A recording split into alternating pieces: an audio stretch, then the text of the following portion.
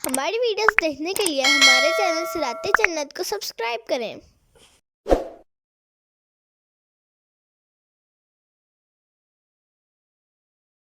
ومن اضل ممن يدعو من دون الله من لا يستجيب له الى يوم القيامة وهم عن دعائهم غافلون۔ اور اس سے بڑھ کر گمراہ کون جو اللہ کی بجائے ان بتوں کی عبادت کرے جو قیامت تک اس کی نہ سنیں گے اور وہ ان کی پوجا سے بے خبر ہیں۔ تفسیر صراط الجنان۔ اس سے پہلی آیت میں بتوں کی عبادت کا باطل ہونا بیان کیا گیا، اور اس کی ایک دلیل یہ بیان کی گئی کہ بتوں کو کسی طرح کی کوئی قدرت حاصل نہیں،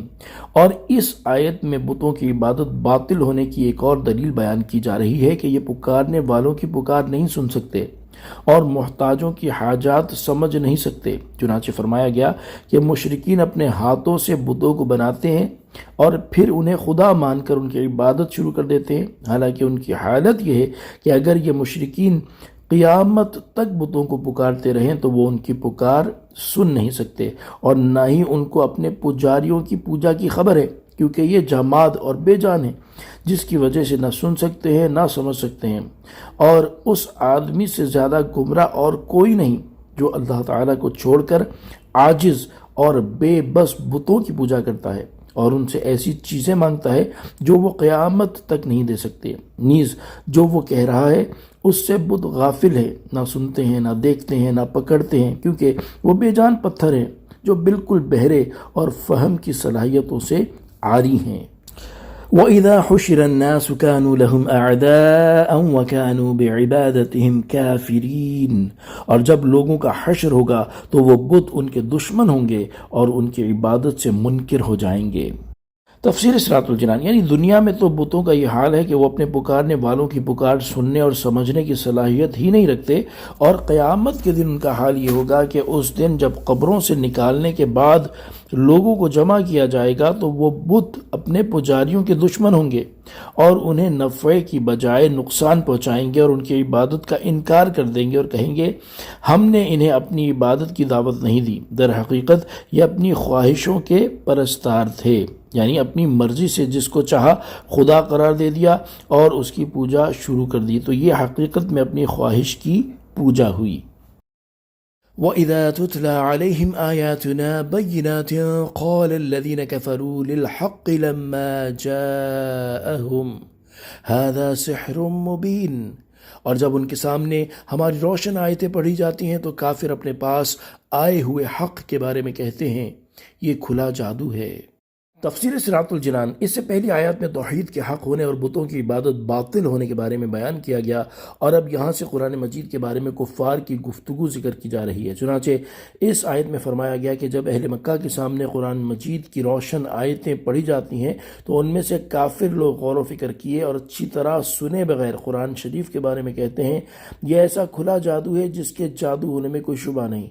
ان کی یہ بات باطل ہونے کی صریح دلیل یہ ہے کہ جادو وہ چیز ہے جس کی نظیر ممکن ہے اور قرآن مجید کی نظیر ممکن ہی نہیں، لہذا قرآن ہرگز جادو نہیں ہے۔ ام یقولون افتراہ، بلکہ وہ یہ کہتے ہیں کہ اس نبی نے خود ہی قرآن بنا لیا ہے۔ قل ان افتریتہ فلا تملکون لی من اللہ شیئا، تم فرماؤ اگر میں نے اسے خود ہی بنایا ہوگا تو تم اللہ کے سامنے میرے لیے کسی چیز کے مالک نہیں ہو۔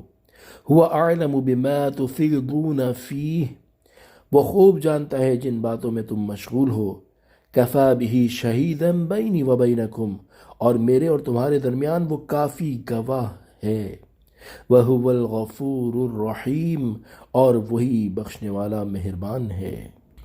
تفسیر صراط الجنان۔ ارشاد فرمایا کہ کفار مکہ کا قرآن مجید کو جادو کہنا ایک طرف، وہ تو اس سے بھی بدتر بات یہ کہتے ہیں کہ نبی کریم صلی اللہ تعالیٰ علیہ وآلہ وسلم نے خود ہی قرآن بنا لیا اور اسے اللہ تعالیٰ کی طرف منسوب کر دیا ہے۔ اے پیارے حبیب صلی اللہ تعالیٰ علیہ وآلہ وسلم، آپ ان سے فرما دیں کہ اگر بالفرض میں اپنی طرف سے قرآن بنا کر اسے اللہ تعالیٰ کی طرف منسوب کر دیتا تو یہ اللہ تعالیٰ پر افطرا ہوتا، اور اللہ تعالیٰ کا دستور یہ ہے کہ وہ ایسے افطرا کرنے والے کو جلد سزا میں گرفتار کرتا ہے، اور تمہیں تو یہ قدرت حاصل ہی نہیں کہ تم کسی کو اس کی سزا سے بچا سکو یا کسی سے اس کے عذاب کو دور کر سکو، تو یہ کس طرح ہو سکتا ہے کہ میں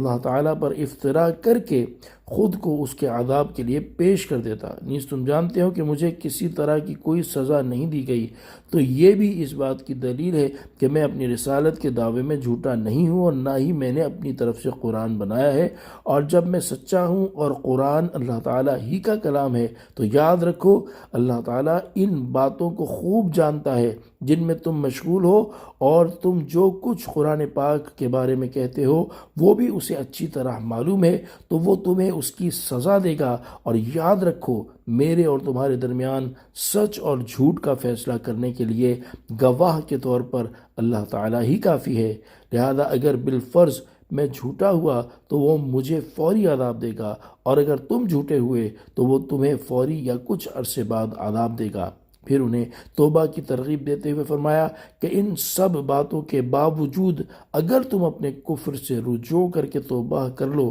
تو وہ تمہاری توبہ قبول فرما کر تمہیں معاف فرما دے گا، تمہیں بخش دے گا اور تم پر رحم فرمائے گا، کیونکہ اس کی شان یہ ہے کہ وہ بخشنے والا مہربان ہے۔ صلو علی الحبیب صلی اللہ تعالی علی محمد صلی اللہ تعالی علیہ وآلہ وسلم۔